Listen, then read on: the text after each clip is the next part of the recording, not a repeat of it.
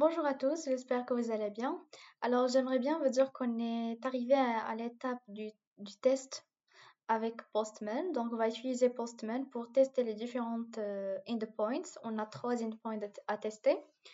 Dans cette vidéo, je veux vous demander d'ouvrir d'abord votre IDE et ouvrir votre classe Auth Controller, d'accord? Comme ça, vous allez voir les 3 endpoints qu'on va tester par la suite. On a l'endpoint pour l'inscription, l'endpoint pour la connexion et l'endpoint pour la récupération des informations de l'utilisateur connecté. Je vous demande également d'ouvrir Postman, c'est bon, et aussi ouvrir votre système de gestion de base de données. Alors moi, j'utilise MySQL et j'utilise l'outil MySQL Workbench, d'accord? Voilà. Alors dans cette vidéo, ça va pas être longue. Donc, vous voyez ici, on a ici le fichier application.properties qui contient des informations. Je vous demande maintenant de vérifier que vous avez créé cette base de données. D'accord? Peut-être que vous avez un autre nom, mais moi j'ai donné ce nom-là comme nom de ma base de données. Et je l'avais ici. Voilà, il est là. Vous la voyez, il est là. Et il contient une seule table users. Lorsque je clique ici, j'ai déjà une table qui contient des colonnes ID, email, nom, password. Et au départ, il est vide, bien sûr, parce qu'on n'a pas encore inséré des données. C'est bon? Voilà. Alors, on va commencer par le test du premier endpoint, qui est l'inscription. Alors, qu'est-ce qu'on va faire pour tester cet endpoint? On ouvre le Postman, on fait ajouter ici, et là, on écrit l'URL notre endpoint.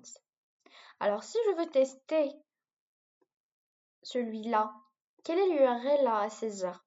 Bon, j'ai déjà dit pas mal de fois que pour tester là, et pour avoir l'URL complète, je vais commencer à partir d'ici. Donc, je dois tester avec celui-là. /API/auth, et là, je fais /signup, celui-là. Et je prends toute cette URL, CTRL-X, et dans Postman, d'abord ici, vous avez PostMapping. Post. Vous voyez ce post-là? Donc, dans Postman, ici, je mets post au lieu de get. Et là, qu'est-ce que je vais mettre? Je mets http :/localhost le port. Localhost. Le port, c'est 8080. Et là, je fais CTRL V. D'accord? Et voilà l'URL complète. Post. D'accord? Cet endpoint, il admet en paramètre un request body. Donc ici, dans Postman, vous allez activer ce body-là. Et ça sera de type row. Et c'est pas texte, mais JSON. Et là, on commence à écrire notre clé valeur. Qu'est-ce qu'on donne en paramètre? On donne un sign-up request. Et un sign-up request, il est composé de quoi? Donc, dans sign-up request, ici, vous allez voir que pour se connecter, l'utilisateur doit fournir son email, password et son nom. Alors, je viens ici dans Postman et je donne l'email csm@gmail.com. Alors maintenant, je suis en train de faire quoi? Je suis en train de m'inscrire. Donc, je dois fournir l'email, le password et le nom. Le password, pour simplifier, on met 1, 2, 3. Et le nom, c'est SM. D'accord? C'est tout. Et je clique sur Send. Mais avant de cliquer sur Send, vérifiez que vous avez démarré votre backend. Donc ici, bien ici, Demo application, la racine, où il y a le main, et vous allez vous allez lancer votre backend.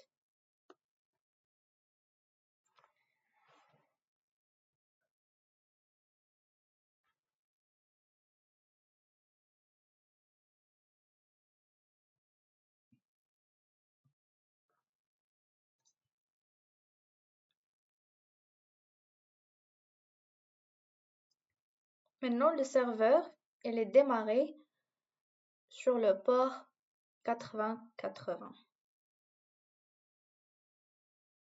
Oui, 1080. Bon, je clique sur Send et vous voyez ici le message utilisateur créé avec succès. Donc cet utilisateur, il est créé avec succès, il doit être inséré dans la base de données. Si j'actualise la base, vous allez voir que l'utilisateur Esma, il est inséré dans la base, dans la table Users avec un mot de passe crypté. Voilà. Alors dans la prochaine vidéo, on va tester les autres endpoints. À la prochaine.